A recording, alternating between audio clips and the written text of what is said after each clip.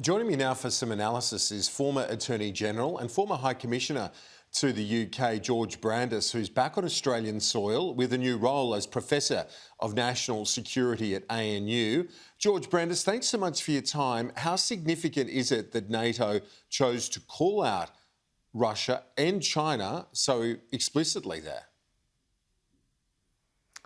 Well, I think it's significant, but it's not surprising. I mean, this NATO summit comes obviously at a particularly important inflection point in world history. The level of global tension that we see at the moment is greater, I think, than at any time in our lifetimes. We've seen since February's invasion of Ukraine by Russia, the unleashing of the most serious war in Europe since 1945. And at the same time, we're seeing increasingly belligerent rhetoric from China. So, of course, NATO needs to take a very firm posture here.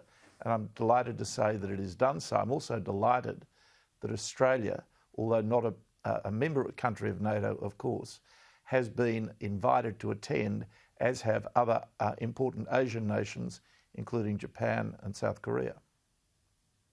That in itself was a significant move, that those Asia-Pacific four were invited, further to the fact that the NATO, in its 10-year plan, described China as a challenge. The very fact that those four leaders were there in the first place said a lot, didn't it, George Brandis? Well, I think it did, but it said a lot about the importance, the growing importance that Australia has in global politics, and that's been a trend that has been emergent for some years now and continues. One of the reasons for that is because the Indo-Pacific, our region of the world, is now a much more important focus of global politics, and I'm sorry to say global tensions, than it was perhaps 20 or 30 years ago. A huge backfiring really for the Russian president. If he was trying to push back against NATO expansion, what we've seen here is further focus on containing or holding back Russia, and also expansion via Sweden and Finland joining NATO, which they traditionally had been more neutral in their foreign policy approach. He was worried about Ukraine joining NATO, but he's since seen NATO expand anyway, so it seems to have backfired the whole exercise for him.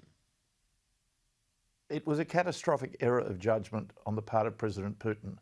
Kieran, as you rightly say, what it has done is it has provoked Sweden and Finland to join NATO, something that was unthinkable even 6 months ago. Those two nations were always nations that had for decades adopted a firm posture of not wanting to be NATO members, but they were provoked by Putin's aggression and the incipient threat to other bordering nations of Russia that the invasion of Ukraine presented, to join NATO, and not to be overlooked as well, and this is really a history-changing event, is the decision some months ago now, directly as a result of the invasion of Ukraine, of Germany to expand very significantly its military force. Now, again, that was an entire reversal of decades of German foreign policy. So what President Putin has done through this epic miscalculation is he has united the West more steadfastly and more firmly against him than was the case before he embarked on this foolish venture. And do you believe that Beijing would be watching that closely, despite the language around NATO should keep its nose out of our region? Would they be seeing that? Of course. And, it's not to be forgotten that before the invasion of Ukraine, Putin went to the Winter Olympics and met with President Xi. China will be watching both Russia's moves and the West's reaction as very closely indeed. Along these summits, as you know, and obviously participated in as a politician, but as a diplomat as well. They're important to the extent that the leaders also get to have meetings on the sidelines. And Prime Minister Albanese had his first talks with Boris Johnson. I noted that he reassured him immediately that the Labor government was supportive of the AUKUS deal, something that Johnson said he was happy to hear. Talk us through how those sorts of encounters work and the importance of them from your perspective. Well, they are, of course, important. The meeting itself and the plenaries are important, but the one-on-one relationship building through the bilaterals, both the formal bilaterals and sometimes more informal encounters as well, are extremely important in their own right. Now, I was in London until very recently, and there was a great deal of curiosity, predictably, about what the new Labor government in Australia would be like. And one question that I was often asked was, if a Labor government were to be elected in Australia, would the AUKUS arrangement, the AUKUS agreement, continue? To which I was able to say that all the indications from the then opposition were that they were committed to AUKUS, and since the election on the 21st of May, the new government has made it very clear that their level of commitment to AUKUS is strong, and that is good news, and that will be very, very welcome news to Prime Minister Johnson and to the UK government generally.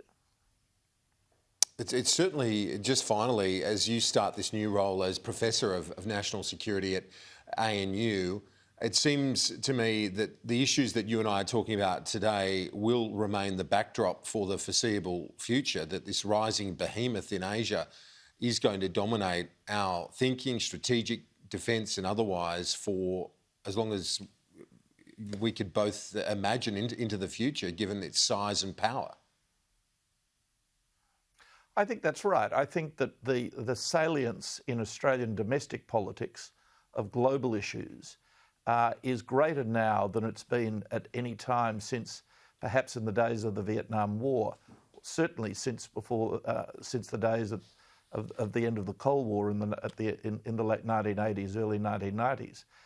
We are, as I said in response to an earlier question, Kieran, Australia now finds itself in a region which is an intensely contested region of the world. The Southwest Pacific is a very diplomatically contested region of the world, in which until quite recently Australia was effectively the regional hegemon and were undisturbed in that role. Now, with the growing aggression of Chinese diplomacy in our region, which is an aspect of the broader elevation of tension in global politics, I think Australians are rightly and need to be more focused on issues of national security, and both the previous government, the Morrison government, and the new government plainly are. George Brandis, welcome back to Australia. We'll stay in touch. We'll talk to you soon.